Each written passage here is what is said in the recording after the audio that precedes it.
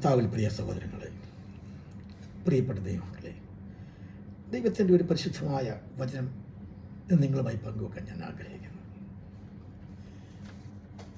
പൗലോസ് ഫിലിപ്പിയർക്ക് എഴുതിയ ലേഖനം 4-ാം അധ്യായം 4-ാം വാക്യം.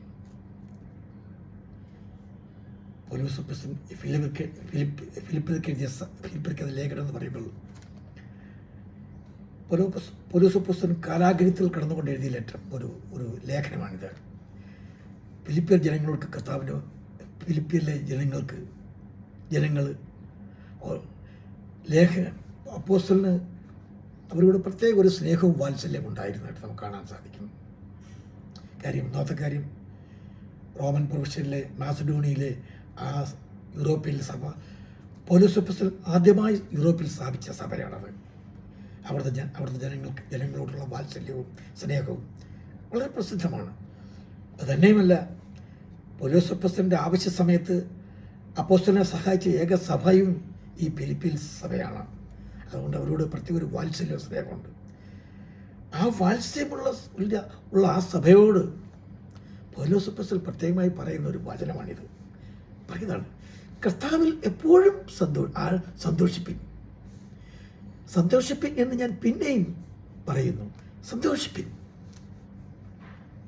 Rejoice in the Lord always. Again I will say rejoice. കർത്താവിൽ സന്തോഷിപ്പിൻ, കർത്താവിൽ ആനന്ദിപ്പിൻ.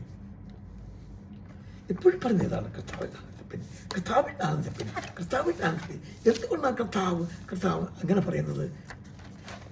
സന്തോഷിപ്പിൻ, എപ്പോഴും സന്തോഷിപ്പിൻ എന്ന് കർത്താവ് എപ്പോഴാണ് പറയുന്നത്? കാര്യം സന്തോഷിക്കുവാനുള്ളതായ വക അതാണ്. നമുക്ക് സന്തോഷിപ്പിക്കാൻ മറ്റൊരു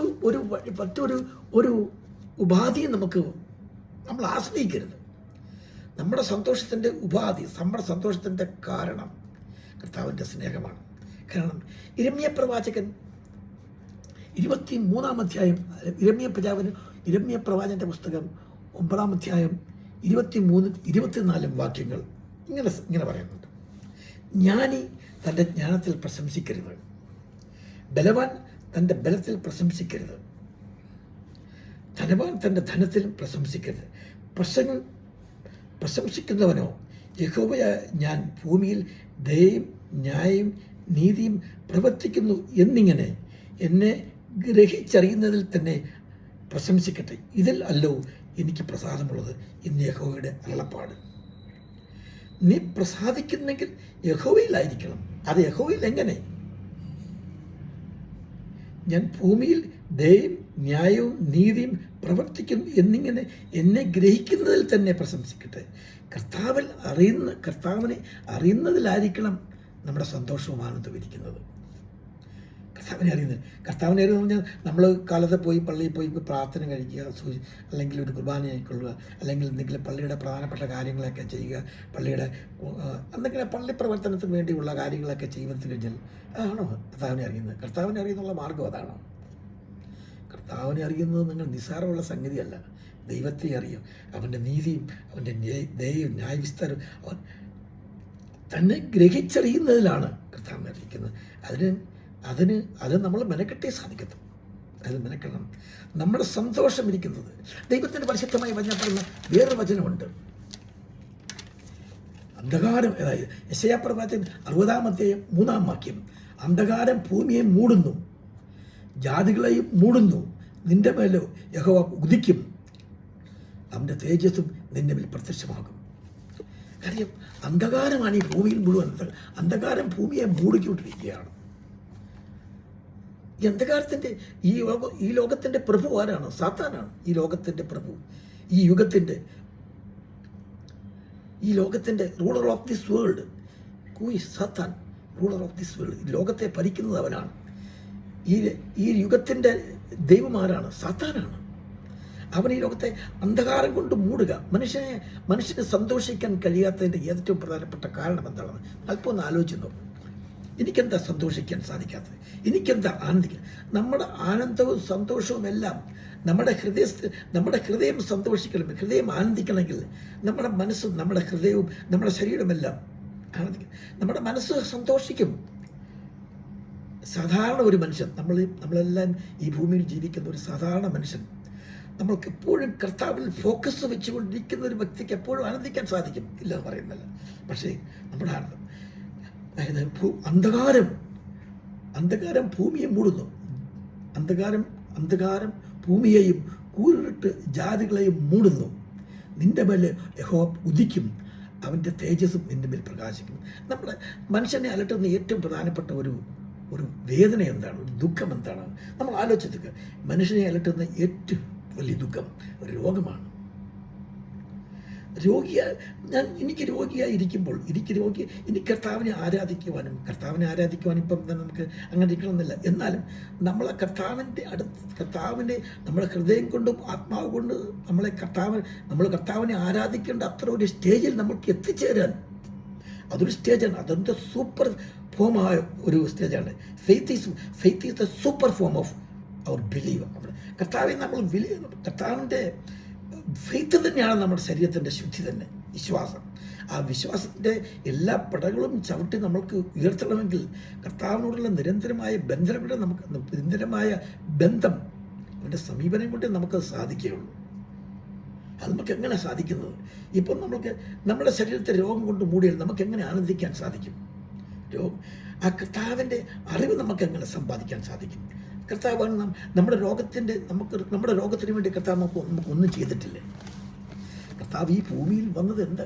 ഭൂമിയിൽ വന്നിട്ട് ഞാൻ ഈ ഭൂമിയിൽ നിന്ന് നിങ്ങൾക്ക് ജീവൻ തരാനും ആ ജീവൻ സമൃദ്ധിയാക്കാനും വേണ്ടിയാണ് ഞാൻ ലോകത്തിലേക്ക് വന്നതെന്ന് കർത്താവ് പറയുന്നുണ്ട്.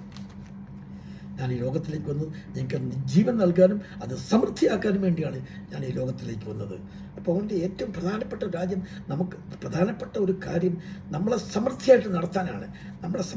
നമുക്കെത്ര സമൃദ്ധി ഉണ്ടായാലും, നമുക്കെത്ര പണം ഉണ്ടായാലും, നമുക്കെത്ര ഭൗതികപരമായ നേട്ടങ്ങളും, അതായത് സ്ഥാനമാനമുള്ള അധികാരങ്ങളും എല്ലാം നമുക്കുണ്ടായാലും നമ്മുടെ ശരീരത്തിന് സുഖമില്ലേ നമുക്കെങ്ങനെ ജീവിക്കാൻ, നമുക്കെങ്ങനെ ആനന്ദിക്കാൻ സാധിക്കും? രോഗിയായ അപ്പന്, രോഗിയായ അമ്മ, രോഗിയായ മക്കള്, രോഗിയായ ഭാര്യ, രോഗിയായ ഭർത്താവ്, ഇങ്ങനെയൊക്കെയുള്ള ഒരു കുടുംബത്തിൽ, രോഗം ബാധിച്ചിരിക്കുന്ന ഒരു കുടുംബത്തിൽ എങ്ങനെ നമുക്ക് സന്തോഷിക്കാൻ സാധിക്കും? നമുക്കെങ്ങനെ സന്തോഷിക്കാൻ സാധിക്കും? It is highly impossible.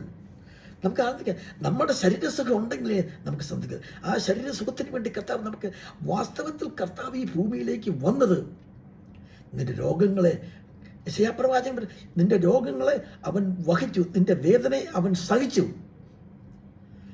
അവൻ്റെ അടിപ്പിണരുകളാലാണ് നമുക്ക് സൗഖ്യം ലഭിച്ചത്. എവിടെ? ആത്മാവിനാണോ സൗഖ്യം ലഭിച്ചതല്ല, നമ്മുടെ ശരീരത്തിന് സൗഖ്യം ലഭിച്ചത് അവൻ്റെ ശരീരമാണ്. നമ്മുടെ രോഗത്തിൻ്റെ പ്രതിരോധ ശക്തി അവൻ്റെ ശരീരത്തിലാണ് ഇരിക്കുന്നത്. നമുക്കറിയാമല്ലോ, മത്തായിയുടെ സുവിശേഷം 15-ാം അധ്യായം 22-ാം അധ്യായം നമ്മൾ വായിക്കുമ്പോൾ അവിടെ ഒരു കനാന്യ സ്ത്രീയെ നമുക്ക് കാണാൻ സാധിക്കുന്നുണ്ട്. കനാന്യ സ്ത്രീ, ഒരു ജെൻഡായില്. ആ സ്ത്രീയുടെ മകൾക്ക് രോഗം ബാധിച്ച് ഭൂതത്തിൻ്റെ ഉപദ്രവം ബാധിച്ച ഒരു മകള്. അവിടെ ആ സ്ത്രീയുടെ അമ്മയാണ് കർത്താവിൻ്റെ പുറകെ നടന്ന്, കർത്താവേ ദാവീദ് പുത്ര, എൻ്റെ മകൾ ഭൂതത്തിൻ്റെ ആക്രമണത്താൽ മരണത്തിൻ്റെ പോയിലാണ്. He's in the point of death. നീ വന്ന് അവളെ സഹായിക്കണമേ കർത്താവേ, അവളെ സഹായിക്കണമേ. കർത്താവ് ഇങ്ങനെ നടന്നുകൊണ്ട് ശിഷ്യന്മാരുമായി ഇങ്ങനെ നടന്നുകൊണ്ടേയിരിക്കുകയാണ്. അപ്പം കർത്താവ് ആ സ്ത്രീയെ അത്ര കാര്യമായി പരിഗണിക്കാഞ്ഞതുകൊണ്ടത്, കർത്താവ് അങ്ങനെ പരിഗണിക്കാതെ ആ സ്ത്രീയെ he's not at all minding and he's proceeding his way. അങ്ങനെ വഴിയിലൂടെ സംരക്ഷിച്ചുകൊണ്ട് പോകുമ്പോൾ ശിഷ്യന്മാരെടുത്ത് കർത്താവ് ആ സ്ത്രീ പിന്നെയും നമ്മളെ പിന്തുടരുന്ന കർത്താവ് സ്ത്രീയെ പിന്തുടരുന്നു. അപ്പോൾ കർത്താവ് ശിഷ്യന്മാരോട് പറഞ്ഞു, ഇസ്രായേലിൻ്റെ കാണാതെ പോയ ആടുകളെ അന്വേഷിച്ചാണ് വന്നിരിക്കുന്നത്. ഞാൻ യൂദമക്കൾക്ക് വേണ്ടിയാണ്, ഇസ്രായേൽ ജനതയ്ക്ക് വേണ്ടി ഞാൻ വന്നത്, യൂദന്മാർക്ക് വേണ്ടി ഞാൻ വന്നത്. ഇസ്രായേൽ ജനതയുടെ കാണാതെ പോയ ആടുകളെ തിരഞ്ഞാണ് ഞാൻ വന്നിരിക്കുന്നതെന്ന് പറഞ്ഞു. എന്ന് പറഞ്ഞിട്ട് കർത്താവ് പ്രസന്റ് ചെയ്യുകയാണ്. പിന്നെ കർത്താവ് മനസ്സിലാക്കി. പക്ഷേ ആ സ്ത്രീയോ പിന്നെയും വിടാതെ കർത്താവിനെ പിന്തുടരുന്ന ഒരു പ്രവണത കാണുന്നുണ്ട്. പിന്നെയും കർത്താവിനെ പിന്തുടരുകയാണ്. കരഞ്ഞുകൊണ്ട്, കരഞ്ഞുകൊണ്ട് പിന്നെയും കർത്താവേ ദാവീദ് പുത്ര എന്നെ സഹായിക്കണേ, കർത്താവേ ദാവീദ് പുത്ര എൻ്റെ മകൾക്ക് ഒരു ഭൂതത്തിൻ്റെ ഉപദ്രവത്താൽ എൻ്റെ മകൾ കഷ്ടപ്പെടുന്ന മകൾ, കർത്താവേ നീ അവളെ സഹായിക്കുക കർത്താവേ. പിന്നെയും പിന്നെയും അവൾ കരഞ്ഞുകൊണ്ട് കർത്താവിൻ്റെ പുറകെ നടക്കുന്ന ഒരു സ്റ്റേജ്, ഒരു ഭാഗം നമുക്ക് കാണാൻ സാധിക്കുന്നു. അവൾ പിന്നെയും കർത്താവിനെ പിന്നെയും അപ്പം കർത്താവ് തിരിഞ്ഞ മകളോട് പറഞ്ഞു, മക്കളുടെ അപ്പക്കഷ്ണങ്ങൾ എടുത്ത് നായ്ക്കുട്ടികൾക്ക് ഇട്ടുകൊടുക്കുന്നത് നല്ലതല്ല. മക്കൾക്ക് കൊടുക്കേണ്ടതായ അപ്പക്കഷ്ണങ്ങൾ എടുത്ത് നായ്ക്കുട്ടികൾക്ക് കൊടുക്കുന്നത് ശരിയല്ലല്ലോ എന്ന് പറഞ്ഞു. ഈ സ്ത്രീ എന്താണ് കർത്താവിനോട് ചോദിച്ചത്? കർത്താവെ, എനിക്ക് അപ്പം താ കർത്താവെ, നിൻ്റെ മക്കളുടെ അപ്പം എനിക്ക് താ കർത്താവെ, അപ്പം എനിക്ക് താ എന്നാണോ കർത്താവ് പറഞ്ഞത്? ഈ സ്ത്രീ കർത്താവിനോട് ചോദിച്ചത്, കർത്താവെ, എനിക്ക് വിശന്ന് നിൻ്റെ മക്കൾക്ക് കൊടുക്കുന്ന അപ്പത്തെ കുറച്ച് എനിക്ക് താ കർത്താവെ എന്നാണ് അവൾ പറഞ്ഞത്. എന്താണ് കർത്താവ് പറഞ്ഞത്? എന്താണ്? അതായത് കർത്താവ് പറഞ്ഞത് സത്യമുണ്ട്. നിൻ്റെ രോഗശാന്തി, നിങ്ങളുടെ രോഗശാന്തി, ആരുടെ? നിങ്ങളുടെ രോഗശാന്തി അപ്പത്തിലാണ് ഇരിക്കുന്നത്. അപ്പോൾ എന്ന് പറഞ്ഞത് അപ്പോൾ എന്താണെന്ന് കർത്താവ് പ്രത്യേകം പറയുന്നുണ്ട് എന്നാണ്. അതായത് അപ്പോസ്തലനായ വിശുദ്ധ പൗലോസ് യോഹന്നാൻ്റെ സുവിശേഷം, പൗലോസ് അപ്പോസ്തലൻ അല്ല, യോഹന്നാൻ എഴുതിയ 6-ാം അധ്യായം 22-ാം അധ്യായത്തിൽ ഇങ്ങനെ വായിക്കുന്നു, സ്വർഗത്തിൽ നിന്നും ഇറങ്ങുന്ന അപ്പം ആകുന്നു, സ്വർഗത്തിൽ നിന്നും ഇറങ്ങിയ ജീവനുള്ള അപ്പം ഞാനാകുന്നു. ഈ അപ്പം തിന്നുന്നവൻ എല്ലാം എന്നേക്കും ജീവിക്കും. ഞാൻ കൊടുപ്പാനിരിക്കുന്ന അപ്പമോ ലോകത്തിൻ്റെ ജീവന് വേണ്ടി ഞാൻ കൊടുക്കുന്ന എൻ്റെ മാംസമാകുന്നു. എൻ്റെ മാംസമാണ് അപ്പം. അപ്പം നാം കഴിക്കുന്ന അപ്പം, പുരോഹിതൻ, ദൈവത്തിൻ്റെ അഭിഷിക്തർ ഉയർത്തുപൊക്കുന്ന ആ അപ്പം നമ്മുടെ കർത്താവിൻ്റെ മാംസമാണ്. നമ്മുടെ കർത്താവിൻ്റെ മാംസമാണെന്ന് നാം അറിയണം. ഈ മാംസം കഴിച്ചിട്ട് ഇപ്പം നമുക്കറിയാം, ആ കനാന്യ സ്ത്രീക്ക് ഉണ്ടായ അനുഭവങ്ങളെല്ലാം നമുക്കറിയാം. കനാന്യ സ്ത്രീക്ക് അവസാനം എന്ത് പറ്റി? അവൾ പറഞ്ഞു, കർത്താവേ, ശരിയാണ് കർത്താവ് പറഞ്ഞത്. പക്ഷേ മക്കളുടെ തീന്മേശയിൽ നിന്ന് താഴെ വീഴുന്ന അപ്പകഷ്ണങ്ങൾ നായ്ക്കളും ഭക്ഷിക്കുന്നുണ്ടല്ലോ കർത്താവേ, നായ്ക്കൾ ഭക്ഷിക്കുന്നുണ്ടല്ലോ. അവർക്കും രോഗശാന്തി വേണം. അവർക്ക് രോഗശാന്തിക്ക് വേണ്ടി അവരും കാത്തിരിക്കുമ്പോൾ അവർക്കും ലഭിക്കുന്നുണ്ടല്ലോ കർത്താവേ എന്നാണ് സ്ത്രീ പറഞ്ഞതിൻ്റെ അർത്ഥം. ഉടനെ കർത്താവ് ആ സ്ത്രീയോട് പറഞ്ഞ എന്താണ്? മകളെ, നീ ആഗ്രഹിച്ച പോലെ നിനക്ക് സംഭവിക്കട്ടെ എന്ന് പറഞ്ഞു. രോഗങ്ങൾ കർത്താവെ, ഞാൻ സംസാരിക്കുകയാണ്. എനിക്ക് ഷുഗറിൻ്റെ വലിയൊരു അസുഖമുണ്ടായിരുന്നു, ഷുഗറിൻ്റെ അസുഖം ഉണ്ടായിരുന്നു, BP ഉണ്ടായിരുന്നു. എല്ലാം വർഷങ്ങളോളം എനിക്ക് BP ഉണ്ടായിട്ട് ഞാൻ ഗുളിക പോക്കറ്റിൽ വെച്ചാണ് എപ്പോഴും സഞ്ചരിക്കുന്നത്. എപ്പോഴാണ് BP കൂടുന്നത് അറിയത്തില്ല. നമ്മുടെ സംസാരത്തിലും നമ്മുടെ പ്രവൃത്തിയിലും നമ്മുടെ ദൈനംദിന ജീവിതത്തിൽ നമ്മൾക്കുണ്ടാകുന്ന ചില ടെൻഷനുകൾക്കുണ്ടായിട്ട് എന്ത് ചെയ്യാൻ BP ഉണ്ടായിക്കഴിഞ്ഞാൽ ഉടനെ തലവേദന എടുക്കും. അതുകൊണ്ട് ഷുഗർ ഈ ടാബ്ലറ്റ് എപ്പോഴും ഞാൻ എൻ്റെ പോക്കറ്റിൽ കരുതിയിരിക്കും. പക്ഷേ എത്രയോ വർഷങ്ങളായി BP എന്നൊരു സാധനം എന്നെ സ്പർശിക്കുന്നേയില്ല. ഞാൻ എവിടെയും പോയി എല്ലായിടത്തും. പക്ഷേ ദൈവത്തിൻ്റെ വചനത്തിൽ ഞാൻ പൂർണ്ണമായി വിശ്വസിച്ചു. അപ്പത്തിലിരിക്കുന്ന ആ സൗഖ്യം ഞാൻ കണ്ടെത്തി എന്ന് പറഞ്ഞു കഴിഞ്ഞാൽ അതുകൊണ്ടാണല്ലോ അങ്ങനെ സംഭവിച്ചത്. എത്രയോ വർഷമായി ഞാൻ ഷുഗറിൻ്റെ ടെസ്റ്റിന് ഡോക്ടറെ ചെല്ലുമ്പോൾ ഡോക്ടർ പറയും ഷുഗർ ബോർഡറിലാന്ന് പറയും. ആ ബോർഡറിൽ നിന്ന് ഉള്ളിലേക്ക് വിടാതെ സൂക്ഷിക്കുന്ന ആരാണ്? ആ അപ്പമാണ് സൂക്ഷിക്കുന്നത്. ഇതെന്തുകൊണ്ട് നിങ്ങൾക്ക് കഴിയുന്നില്ല? ഇതുകൊണ്ടാണ് നിങ്ങളോട് ഞാൻ സംസാരിക്കുന്നത്. പക്ഷേ എന്താണ് നമുക്കത് സാധിക്കാൻ അത് കഴിയാത്ത എന്തുകൊണ്ടാണ്? പൗലോസ് അപ്പോസ്തലൻ കൊരിന്ത്യർക്ക് എഴുതിയ ലേഖനം 1-ാം അധ്യായം 11-ാം അധ്യായം 23 മുതൽ ഇങ്ങനെ പറയുന്നുണ്ട്, നോട്ട് ഡിസൈനിങ് ദ ബോഡി. അവൻ്റെ ബോഡിയെ മനസ്സിലാക്കാൻ നമുക്ക് സാധിക്കുന്നില്ല. For this reason many are weak sick among you and many sleep. ഈ ഒരൊറ്റ കാരണത്താലാണ് അവൻ്റെ ബോഡിയെ ഡിസൈൻ ചെയ്യാൻ നമുക്ക് കഴിയുന്നില്ല. അവൻ്റെ ബോഡിയെ നമുക്ക് മനസ്സിലാക്കാൻ സാധിക്കുന്നില്ല. അവൻ്റെ ബോഡി നമ്മൾ എല്ലാ ഞായറാഴ്ച ക്രിസ്ത്യാനിയായി നമ്മൾ പള്ളിയിൽ പോയി ദിവസവും ഞായറാഴ്ച എടുക്കുന്ന അവൻ്റെ ബോഡിയല്ലേ. പക്ഷെ അവൻ്റെ ബോഡിയെ നമുക്ക് ഡിസൈൻ ചെയ്യാൻ കഴിയുന്നില്ല. അതുകൊണ്ടാണ് നമുക്ക് രോഗം പിന്നെയും ബാധിക്കുന്നത്. അതുകൊണ്ടാണ് നമുക്ക് പിന്നെയും നമ്മൾ സിക്ക് ആൻഡ് വീക്ക്. അത് തന്നെയല്ല, മെനി ആർ സ്ലീപ്പ്. കുറച്ച് പേര് മരിക്കുന്നതും അതുകൊണ്ടാണ്. ബിഫോർ ടൈം മരിക്കുന്നത് കണ്ട് കർത്താവിൻ്റെ വചനം നമ്മളെ പഠിപ്പിക്കുന്നെങ്കിലാണ്. രമ്യ കർത്താവിൻ്റെ വചനം പഠിക്കുക. ഐസയ പ്രവാചകൻ പറയാം, ഐസയ പ്രവാചകല്ല ഓശയ പ്രസംഗം പറയുന്നത് ഫോർ ദിസ് റീസൺ, ഓശയ പ്രവാചകൻ പറയുന്നത് for the lack of knowledge my people are perishing with the lack of knowledge. എൻ്റെ ജനങ്ങൾ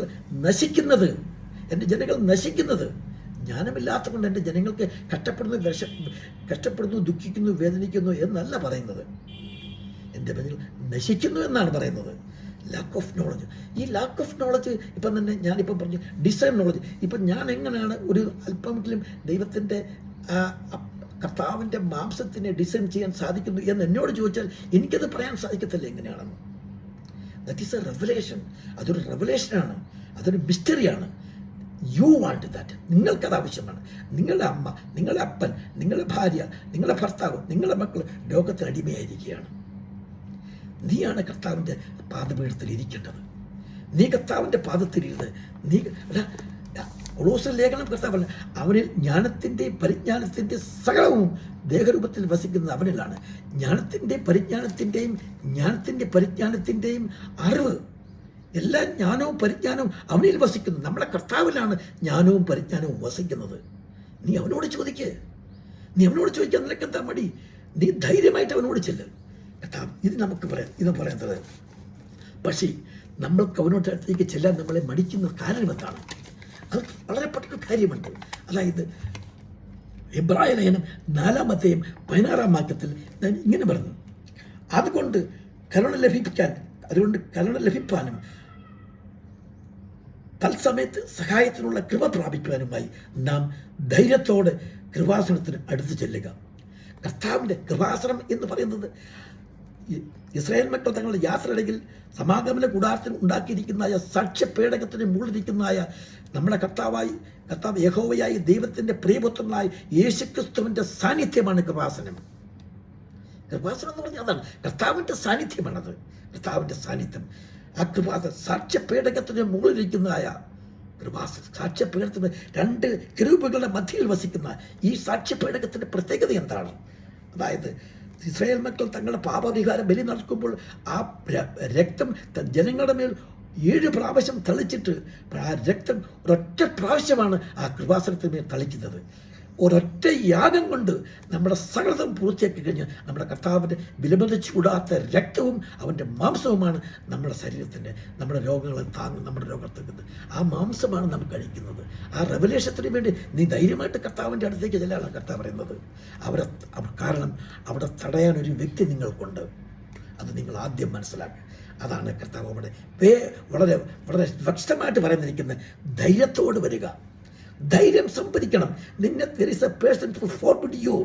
There is a person that is Satan. അവൻ നിങ്ങളെ ഓർപ്പിക്കും. അവൻ നിന്നെ പറയും, നിനക്ക് കൃപാസനത്തിലേക്ക് പോകാൻ എന്ത് അർഹതയാണുള്ളത്, എന്ത് യോഗ്യതയാണുള്ളത്, എത്ര പാപമാണ് നീ ചെയ്തത്, നിനക്ക് ഇങ്ങനെ പോകാൻ സാധിക്കും. അത് നിന്നെ പാപത്തിൻ്റെ ബോധം വരുത്താനാണ് അവൻ ശ്രമിക്കുന്നത്. നീ ധൈര്യത്തോട് പറയും, എൻ്റെ പാപമെല്ലാം എൻ്റെ കർത്താവ് തൻ്റെ കുരിശിൽ വഹിച്ചു കഴിഞ്ഞു. അവൻ്റെ അടിപ്പിടയിലാണ് എനിക്ക് സൗഖ്യം ലഭിക്കുന്നത്. അതുകൊണ്ട് ഈ കൃപാസനത്തിലേക്ക് പോകാൻ അവൻ്റെ സാന്നിധ്യം അനുഭവിക്കാൻ ഞാൻ യോഗ്യനാണ്, അർഹനാണ് എന്ന് ധൈര്യത്തോടെ മനസ്സിലാക്കുക. ധൈര്യത്തോടെ ചെല്ലുക. obtain the courage and boldness and go. അതാണ് നിങ്ങൾ വിചാരിക്കുന്നുണ്ടല്ലോ, ആ ധൂർത്തുപുത്രന് അവൻ്റെ പിതാവിൻ്റെ അടുത്തേക്ക് പോകാൻ എന്ത് ധൈര്യമാണുള്ളത്, എന്ത് അർഹതയാണുള്ളത്. നിങ്ങൾ എന്ത് അർഹതയാണ്? അവൻ്റെ പ്രതിത്വം നഷ്ടപ്പെടുത്തി പിതാവിൻ്റെ അടുത്തേക്ക് പോകാൻ അവൻ്റെ സ്ഥാനങ്ങളും മാനങ്ങളും അധികാരങ്ങളും പണവും എല്ലാം അവൻ വാങ്ങിച്ചു കഴിച്ചു. പിന്നെ അവൻ്റെ മകനായിട്ടല്ല അവൻ്റെ അടുത്തേക്ക് പോകുന്നത്. അവൻ അത് ത്യജിക്കാൻ സമ്മതമാണ്. ഞാൻ മകനായിട്ടല്ല പോകുന്നത്, ഞാൻ ദാസനായിട്ടാണ് എൻ്റെ പിതാവിൻ്റെ അടുത്തേക്ക് പോകുന്നത്. അവൻ്റെ വേല ചെയ്യാൻ വേണ്ടി, എൻ്റെ ജീവിക്കുവാൻ വേണ്ടി വരെ ഞാൻ കേവലം ഒരു ദാസനായിട്ട് ഞാൻ പോകാൻ തീരുമാനിച്ചിരിക്കുന്നു. അവിടെ അവൻ ധൈര്യം സംബന്ധിച്ചിട്ട് അവൻ പിതാവിൻ്റെ അടുത്തേക്കുന്നു. പക്ഷേ ആ പിതാവ് എങ്ങനെയാണ് അവനെ കൈക്കൊണ്ടത്? നീ ധൈര്യം സംഭവിച്ച് നമുക്കറിയാമല്ലോ ആ പുത്രൻ്റെ അവൻ്റെ സ്റ്റേജിൽ നിന്ന് മനസ്സിലാക്കി എത്ര ദുർഗന്ധം വമിക്കുന്ന ഒരു സാഹചര്യത്തിൽ അവൻ പോകുന്നത്. കുളിച്ചിട്ട് മാസങ്ങളായി, പല്ല് തേച്ചിട്ട് ദിവസങ്ങളായി, അവൻ്റെ മാറാത്ത വസ്ത്രം എത്ര വികൃതമായ ഒരു രൂപമാണ്. എന്നിട്ടും ആ പിതാവ് എത്രയോ അകലത്തിൽ നിന്ന് തൻ്റെ മകനെ സ്വന്തം പുത്രനെ മനസ്സിലാക്കി. നമ്മുടെ ആ പുത്രൻ്റെ ആ വികൃത രൂപം നമ്മുടെ പാപത്തിൻ്റെ ഭാവമാണത്. ധൈര്യത്തോടെ നമുക്ക് ചെല്ലാം. നമ്മുടെ കർത്താവ് ഒരിക്കലും നമ്മളെ നമ്മളെ റിജക്റ്റ് ചെയ്യില്ല. അവൻ നമുക്ക് വേണ്ടിയാണ് ഈ ലോകത്തിൽ വന്ന്. ദൈവത്തിൻ്റെ പരിശുദ്ധമാമേ, he did not spare his own son but delivers him up for us all. How shall he not with him also freely give all things? സ്വന്തം പുത്രനെ മാനിക്കാതെ നമുക്ക് തന്ന കർത്താവ് അവൻ്റെ കൂടെ സർവ്വം നമുക്ക് തരികയില്ലേ? സർവ്വം നമുക്ക് ഉദാരമായി തരികയില്ലേ? തീർച്ചയായിട്ടും തരും. നിങ്ങൾക്കതിന് വേണ്ടതെന്താണ്? നമുക്കതിന് വേണ്ടത് ധൈര്യമാണ്. ധൈര്യം വേണം. എല്ലാത്തിനും പ്രതിനിധിക്കാനുള്ള ധൈര്യത്തോടെ നമ്മുടെ കർത്താവിൻ്റെ അടുത്തേക്ക് ചെല്ലാൻ. അതിനായി നമ്മുടെ കർത്താവ് യേശു ക്രിസ്തു നിങ്ങൾ ഓരോരുത്തർക്കും ശക്തിപ്പെടുത്തട്ടെ, ബലപ്പെടുത്തിട്ട്. ദൈവത്തിൻ്റെ കൃപയും സമാധാനം നിങ്ങൾ ഓരോരുത്തർക്കും ഉണ്ടാകുമാറാകട്ടെ. ആമേൻ.